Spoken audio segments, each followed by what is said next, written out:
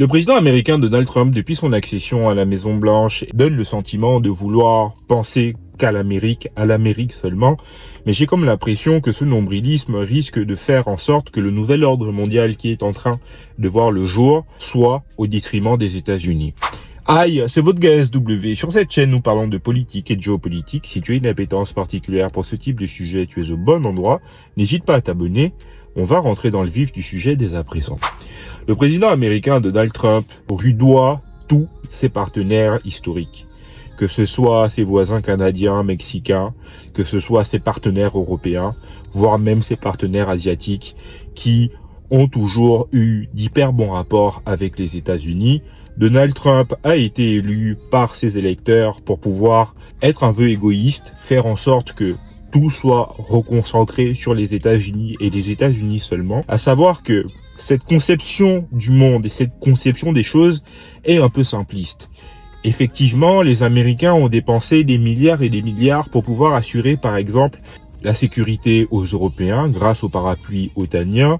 Ils ont dépensé des milliards, que ce soit en subvention à de nombreux pays, dont des pays africains. Mais tout ceci était un espèce de soft power que les Américains se permettaient d'avoir et qui leur permettait d'être au centre du monde.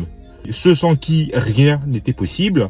Quand vous rajoutez en plus dollar, monnaie de référence, soft power très important, l'armée la plus puissante du monde, tout ceci faisait que les États-Unis étaient incontournables. Sauf que Donald Trump, en faisant comprendre à ses différents partenaires qu'il va y avoir du changement, par exemple, les Européens devront soit dépenser beaucoup plus pour leur sécurité, soit réfléchir à un tout autre système. Ça voudra donc dire qu'ils n'auront plus besoin de venir courber les chines devant les États-Unis, qu'ils vont faire en sorte soit d'être indépendants, soit de trouver un autre maître, peut-être la Chine, peu probable, mais ça peut être une option. Et donc, les États-Unis ne seront de ce fait plus incontournables. Et cette politique qui est mise en place par Donald Trump, qui a pour objectif de rendre les États-Unis beaucoup plus forts, beaucoup plus résilients, risque in fine de les rendre beaucoup plus faibles.